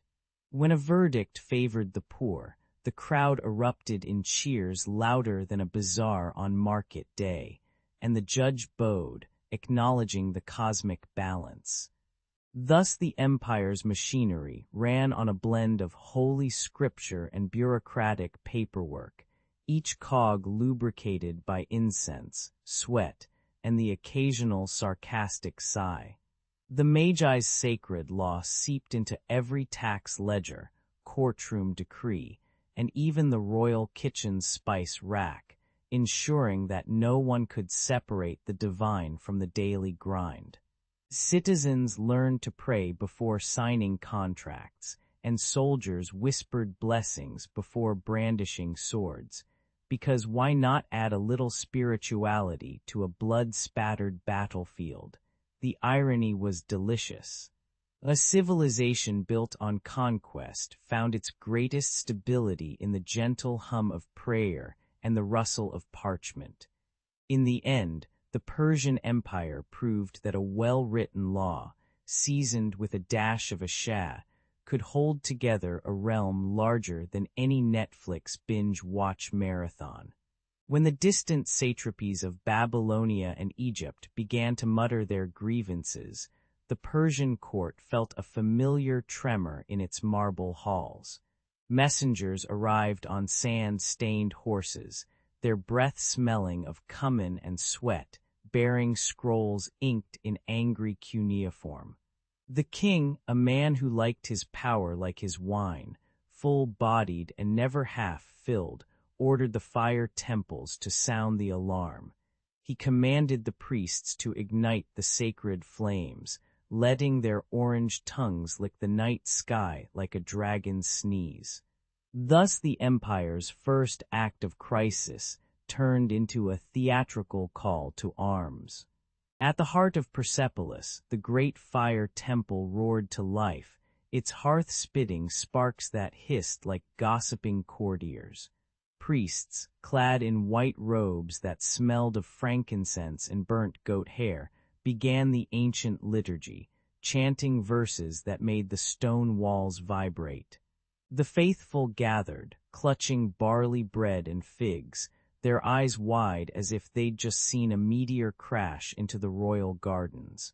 As incense thickened the air, the crowd inhaled a perfume that tasted of ash and hope, feeling the divine heat seep into their bones. The ritual transformed a political squabble into a palpable, flaming oath of loyalty. The priests painted the rebels as agents of Angra Mainyu, the destructive spirit whose favorite pastime was to spill wine and ruin carpets. They whispered that every whispered dissent was a tiny ember of chaos, ready to set the empire's grand tapestry ablaze. The audience, already slick with sweat, imagined the traitors as shadowy figures slipping through the night, clutching knives forged from broken promises. A chuckle rippled through the crowd when a priest compared the rebels to a mischievous cat that knocked over a golden goblet, cute until the floor flooded with spilled riches. In that moment, the political unrest became a cosmic showdown, a Netflix-style battle between good guys in white robes and the ultimate villain, Angra Mainyu, streaming live on the fire's glow. In Egypt, the satrap named Phereneps tried to rally his own troops by offering them extra grain and a promise of a longer lunch break, but the fire priest's message arrived first. When the priestess of Hystasp stepped onto the dusty market square, she unfurled a banner that smelled of burnt cedar and shouted, "The king's flame burns brighter than your desert sun." The locals, whose sandals squeaked on the hot sand, felt the heat of the sacred fire tickle their nostrils and suddenly remembered their oath to the great king. A few grumbling soldiers tried to hide behind a pile of broken pottery, only to be startled by a sudden flare that turned the shards into a glittering confetti of ash. By sunset, the rebels lowered their spears, preferring the comforting glow of the temple's fire over the cold bite of Angra Mainyu's imagined darkness. Back in the imperial capital, the king watched the distant fires from his balcony, sipping a sweet wine that tasted like figs soaked in honey. He smiled, knowing that the empire's stability now rode on the same flames that cooked his dinner. The priests, still chanting, turned the whole episode into a lesson for the next generation. Loyalty is hotter than a summer bazaar, and dissent smells like burnt incense left too long. Even the court jester, who usually compared the king to a stubborn camel, quipped that the empire's new motto should be "Keep calm and light a fire." Thus, through smoke, sparks, and a dash of divine drama, Persia turned a political mutiny into a mythic saga worthy of any blockbuster, ensuring the empire's heart kept beating like a drum in a fire-lit tavern. The sky over Persepolis turned a bruised violet as Alexander's phalanxes thundered toward the stone heart of the empire. Citizens huddled in the shadow of the towering reliefs, their breath tasting of dust and dread. The king, Darius III, though more a ghost than a ruler by then, stood on the palace balcony, his crown wobbling like a cheap tiara in a wind tunnel. Around him, the high priests whispered prayers that sounded like an ancient mixtape of chants and curses. The air crackled, not just with the distant clatter of Macedonian spears, but with the electric anticipation of something about to ignite. In a move that would make a Hollywood director jealous, Darius and the chief priest lifted a massive golden brazier and tipped it into the courtyard, sending a fireball that roared higher than a dragon on a caffeine binge. The flames licked the marble columns, turning their white faces into molten amber, while the scent of burning incense mingled with the acrid bite of sweat and blood. Sparks shot up like fireworks at a 4th of July party, only far less festive and far more fatal. The priests chanted the ancient Zoroastrian litany, their voices rising over the crackle, promising Ahura Mazda's shield to those who dared to believe. Even the palace guards, usually as stoic as statues, glanced up with eyes wide enough to fit a whole city's gossip. From the lowest courtyard servant to the battle-hardened hoplite, everyone felt the heat and the pull of a shared destiny. Soldiers tightened their grips on spears, the metal glinting like the teeth of a grinning shark, while women and children gathered around the fire, their faces illuminated by orange halos that made them look like Instagram filters gone wild. The crowd's chant grew louder, a thunderous chorus that drowned out the distant war drums, each syllable a thread stitching together a tapestry of fear and hope. The scent of roasted lamb from nearby kitchens wafted in, a reminder that life, especially the culinary kind, still mattered. In that moment, the empire's fractured pieces clicked together, like a jigsaw puzzle forced by a divine hand. Just as the fire reached its zenith, a gust of wind, perhaps sent by Zeus on a coffee break, swept the flames toward the palace gates, threatening to turn the sanctuary into a giant barbecue. Ironically, the very blaze meant to protect the city now threatened to roast it, and the high priest shouted, "Hold the line, not the grill." Soldiers formed a human wall, their shields clanking like a medieval metal band, while the priests hurled sacred herbs into the inferno, coaxing it to dance rather than devour. The crowd's faith flared brighter than any torch, and even the invading Macedonians paused, bewildered by the spectacle, as if they'd stumbled onto a live-action Game of Thrones episode with extra drama.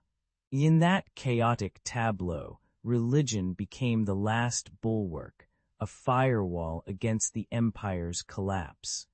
When the wind finally died and the fire settled into a glowing ember, the palace stood scarred but unbroken, its walls still humming with the echo of ancient prayers. Alexander's troops, now covered in soot and bewilderment, retreated to regroup, their confidence flickering like a dying smartphone battery. The people of Persepolis, drenched in sweat and ash, cheered, their voices hoarse but triumphant, as if they'd just survived a reality show elimination round. The king, though battered, lifted his hand in a silent thank you to Ahura Mazda, the deity who apparently liked a good pyrotechnic display. And so the empire's stability flickered back to life, proof that sometimes the hottest crises forge the strongest bonds, especially when you have a massive fire and a lot of faith. When the last Achaemenid banner snapped in the desert wind, the priests of Ahura Mazda didn't simply pack up their sandals and head for the nearest tavern. Instead, they huddled around the flickering embers of the sacred fire, swearing to keep the empire's memory alive like a stubborn ember refusing to die. Their chants rose over the rubble, echoing through the broken marble of Persepolis, turning stone ruins into a chorus of whispered histories. Every priest memorized the king's edicts, not for political power, but to preserve the moral scaffolding that had once held the empire together. In that smoky twilight, the Zoroastrian institutions became the reluctant librarians of a civilization that had just lost its crown. The sacred fire burned hotter than a dragon's sneeze, its orange tongues licking the vaulted roofs of temples that smelled of incense, goat fat, and the occasional stray goat. Travelers from far-off lands could taste the metallic tang of ash on the wind, a reminder that the divine was never far from the everyday grind. When a new ruler tried to snuff the flame, the priests would slap the brazier with a ceremonial whisk, shouting, "You can't douse a truth that's already burning in our souls." The fire's glow-painted faces with a golden hue, turning weary soldiers into reluctant poets who whispered prayers for justice while polishing their spears. Even the nighttime guards, half asleep, would swear they heard the fire humming a tune that sounded suspiciously like a 21st-century power ballad about resilience.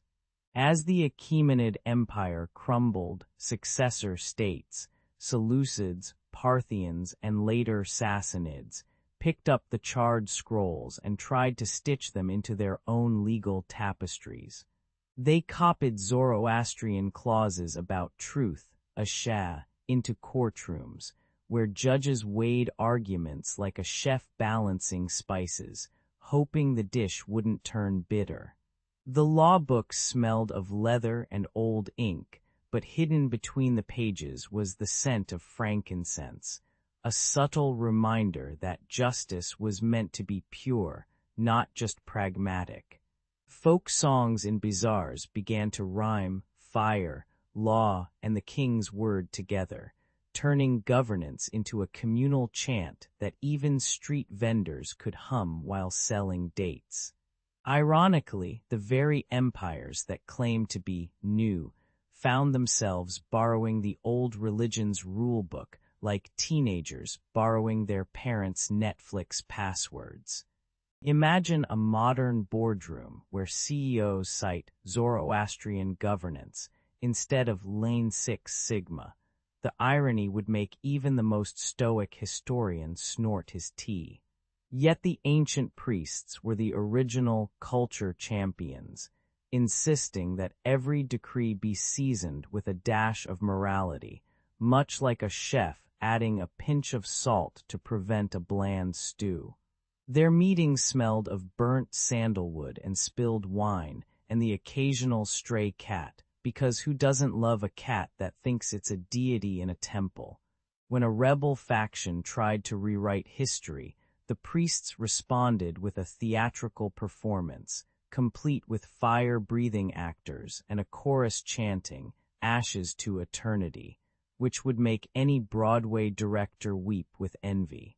The audience, half-armed and half-confused, left clutching their scrolls like smartphones, realizing that the ancient drama was oddly similar to today's binge-watch cliffhangers. In the end, the ash that rose from the fallen palaces settled not into oblivion, but into the very soil that fed the next generation's farms and myths.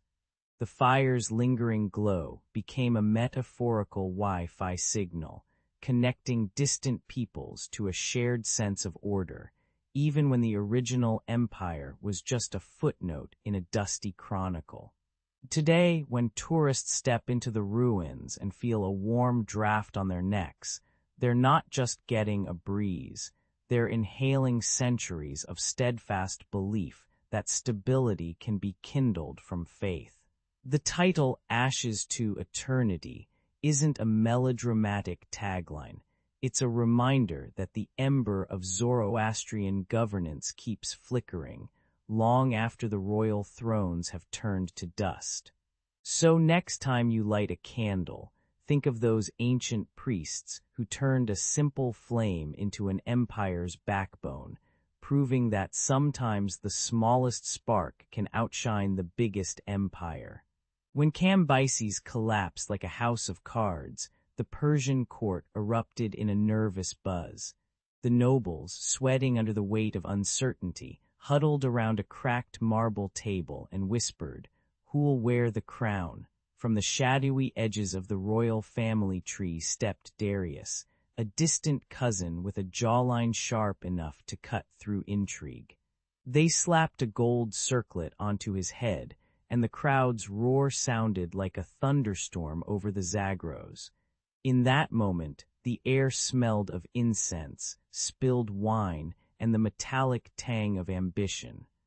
Darius didn't waste a breath.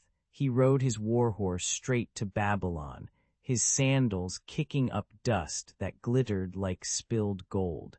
He met rebellious satraps with a smile that could melt bronze, then reminded them that defiance cost more than a few extra taxes. Within weeks, he crushed a revolt in Egypt with a battering ram that sang a chorus of clanging metal and terrified cries. The Persian army's drums beat a rhythm so fierce it rattled the palace walls and made the courtiers' spines tingle.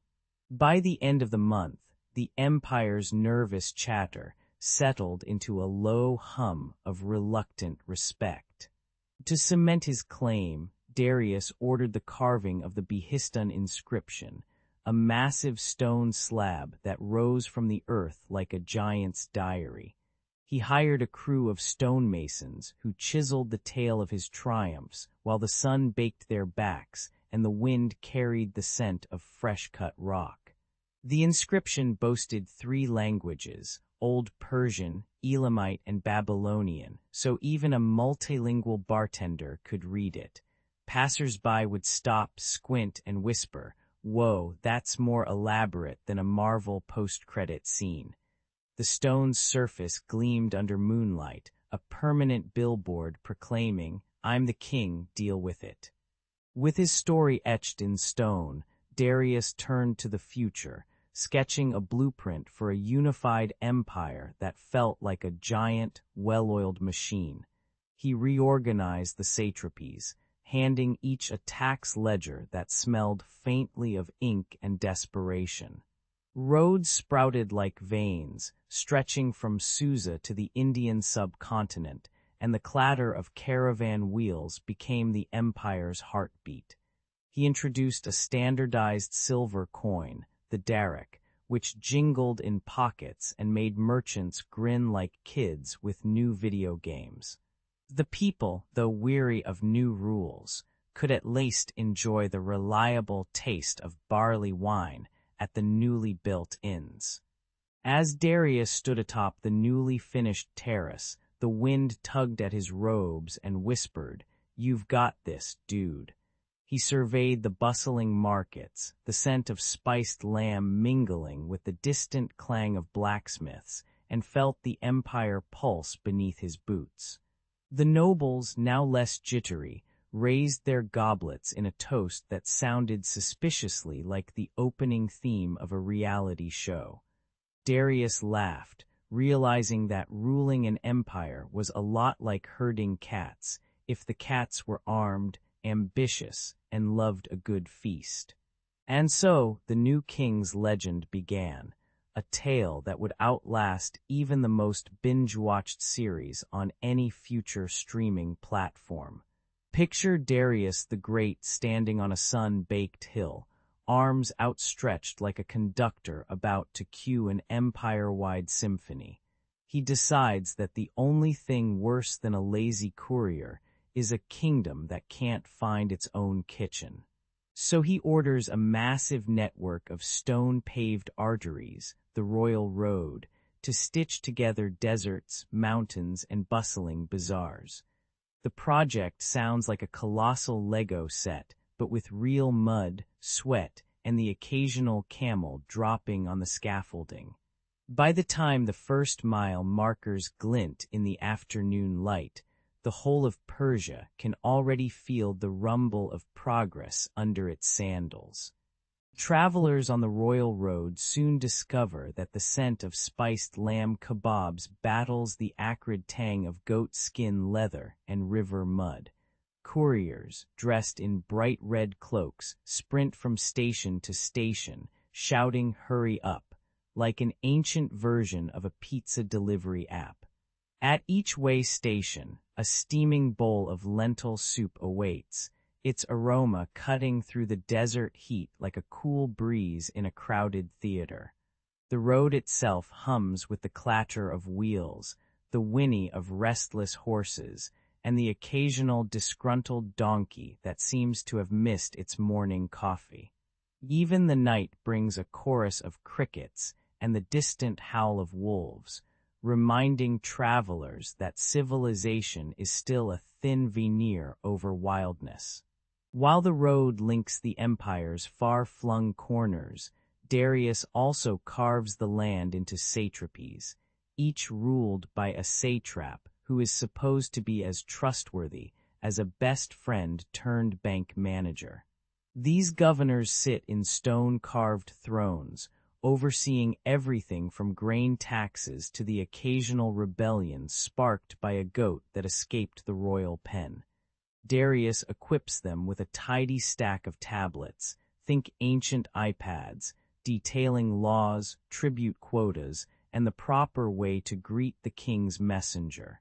The satraps wear robes that smell faintly of incense and sweat, a reminder that power is both fragrant and sticky.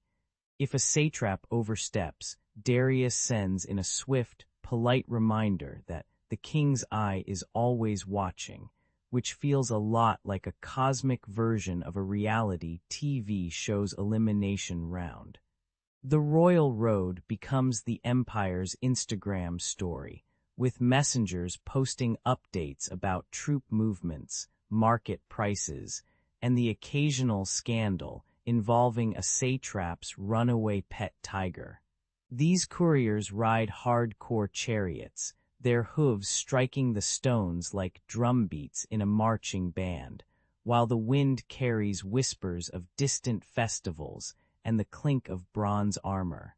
At each relay post, a fresh horse, sweaty but eager, waits, its breath puffing out in white clouds that look like tiny smoke signals. The whole system runs smoother than a well-oiled chariot, even when a sandstorm tries to turn the road into a giant, gritty blender. By the time a message reaches Susa, the capital smells of fresh figs, burnt incense, and the faint, victorious echo of a distant battle hymn.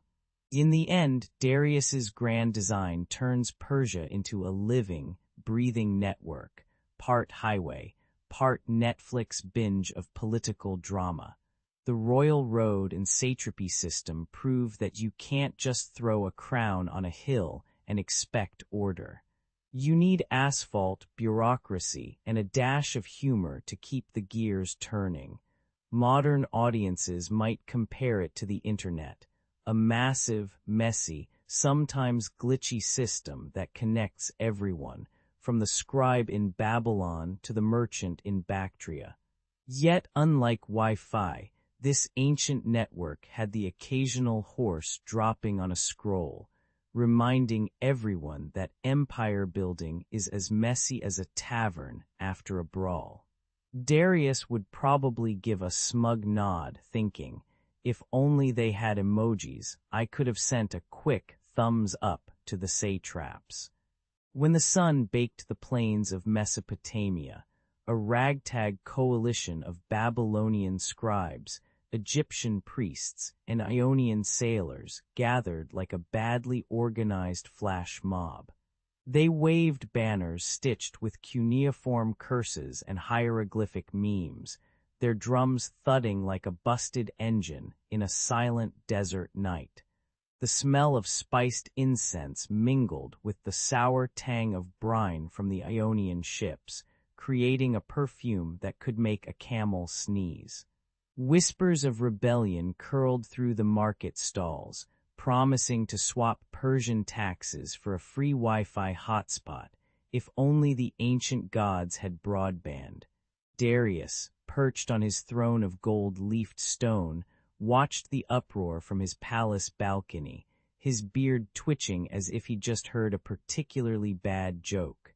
With a flick of his jeweled seal, Darius summoned his most battle-hardened generals, Mithridates, the Persian MacGyver, and Artabanus, whose beard was rumored to hide a secret map. He handed them scrolls inked in crimson, each command as sharp as a scimitar, and as polite as a royal invitation to a banquet. The generals rode out on war horses that smelled of sweat, leather, and the faint aroma of burnt incense from distant temples. As they crossed the Zagros passes, the wind carried the clatter of armor and the distant cries of goats that had mistaken the marching troops for a moving pasture.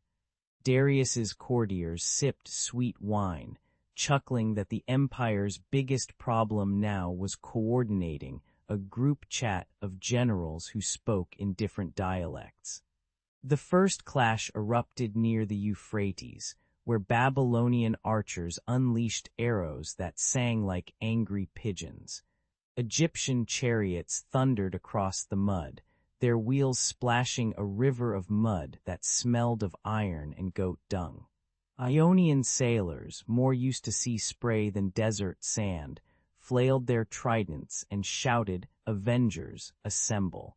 a battle cry that confused the Persians but raised morale. After hours of chaos, Mithridates rigged a makeshift catapult out of a broken market stall, launching a sack of dates that exploded like confetti, blinding the rebels. When the dust settled, the rebels lay sprawled like a pile of broken pottery, and the Persian standard rose again, its crimson banner fluttering triumphantly over the stench of burnt oil and sweat. Instead of sending the rebels to the afterlife, Darius invited their leaders to a sumptuous feast in Persepolis, where figs and figs jokes were served in equal measure. He offered them seats on the satrapal council, a sort of ancient United Nations where each member could argue in their own language, while the interpreter tried not to fall asleep. The Babylonian noble, clutching a clay tablet, suggested a tax reform that would replace grain tributes with subscription boxes of barley, an idea that made the Persian accountants grin nervously. The Egyptian priest, draped in linen, proposed a calendar tweak that would align Persian festivals with the Nile's flood, ensuring everyone got a free water park day. Darius toasted the new alliance with a goblet of honeyed wine, noting with dry humor that the empire runs smoother when you let the locals handle the paperwork, even if they write it in hieroglyphics that look like doodles from a bored teenager. By the time the sun set behind the mountains, the Eastern Rebellion was nothing more than a cautionary tale told over campfires, complete with exaggerated sound effects and a few extra goats for drama. The satraps returned to their provinces, their sandals scuffing the dusty roads, each feeling a little more like a Netflix series producer, always balancing drama and budget. Darius, meanwhile, updated his royal ledger, noting a modest increase in loyalty and a slight decrease in the number of arrows that needed polishing. He chuckled that the empire's greatest weapon was not the bow, but the ability to turn a revolt into a networking event, complete with wine, jokes, and the occasional accidental date bomb. And so the Persian world kept expanding, its borders stretching like a giant pizza dough, while Darius kept adding toppings, sometimes spicy, sometimes sweet, but always enough to keep everyone hungry for more. When Darius the Great stared out over the glittering Aegean, his fleet stretched farther than a Netflix binge watch list. Hundreds of triremes, their black sanded hulls creaking like old wooden floorboards, bobbed in tight formation, each row of oarsmen sweating salt into the air. The Persian standard, a golden lion roaring above the mast, fluttered like a giant Instagram filter against the sun. From the palace balcony, Darius could hear the distant clang of bronze armor and the salty tang of seaweed mixing with the perfume of roasted lamb on board. He raised his arm, expecting the sea to obey his will, as if he were a director shouting action on a set of an epic blockbuster. But the Greeks had turned the narrow Strait of Salamis into a cosmic traffic jam, their sleek ships weaving tighter than a tick-tock dance routine. A chorus of oars sliced the water, producing a rhythm that sounded like a drum line at a Persian wedding gone rogue. As the first Persian trireme tried to charge, it found itself stuck between a rock and a hard place, literally a jagged limestone outcrop and the angry hull of an Athenian vessel. The Greeks, grinning like mischievous cats, launched a volley of arrows that hissed through the air, their tips flashing like neon lights in a cyberpunk night market. Soon the Persian flagship was peppered, its deck awash with splintered wood and the metallic scent of blood mingling with the sea's brine. The chaos erupted into a full-blown disaster as ships collided like bumper cars at a carnival, sending planks flying like confetti at a New Year's party. Flames licked the night sky, turning the water into a mirror of orange horror that made the stars look like they were doing a bad karaoke rendition of Firework. Men screamed, curses rose, and the smell of burnt pitch and rotten fish filled the air, a perfume no Persian perfumer would ever dare bottle. Darius watched his fleet crumble, his heart pounding like a drum solo in a rock concert, while the Greeks cheered as if they'd just won the Super Bowl. In the end, the Persians retreated, leaving behind a floating graveyard that smelled of defeat, tar, and a hint of goat cheese, because even in war, the cooks never stop cooking. Back on the palace steps, Darius stared at the shattered oars and the smoldering wreckage, feeling the irony of a man who could command continents, yet be outmaneuvered by a handful of islanders with a penchant for clever knots. He consulted his advisors, who suggested more ships, more archers, maybe even a giant catapult, ideas as overblown as a Hollywood sequel. Instead, Darius cracked a rare smile, realizing that conquering the West was like trying to download a 4,000 movie on a dial-up connection, futile and painfully slow. He ordered a shift toward internal stability, repairing roads, bolstering granaries, and ensuring the empire's bureaucracy ran smoother than a well-oiled chariot. The message was clear. The Persian Empire would grow stronger from within, like a dragon that decides to focus on its treasure hoard instead of chasing fireworks. Historians later would call Salamis the Persian Navy's greatest flop, a phrase that still makes scholars chuckle like they just heard a dad joke at a symposium. Yet the defeat taught Darius a lesson more valuable than any trophy. Sometimes the best offense is a good night's sleep and a well-stocked pantry. He turned his gaze eastward, where the sun rose over fertile plains, and poured resources into irrigation canals that sang with the sound of flowing water. The empire's borders steadied, its people thrived, and the Persian flag continued to flutter, this time over fields of wheat, not over the smoke of burnt ships. And so, the Battle of the Persian Sea became a cautionary tale, reminding future generals that even the mightiest fleet can be sunk by a clever GPS, aka a narrow strait and a lot of angry Greeks.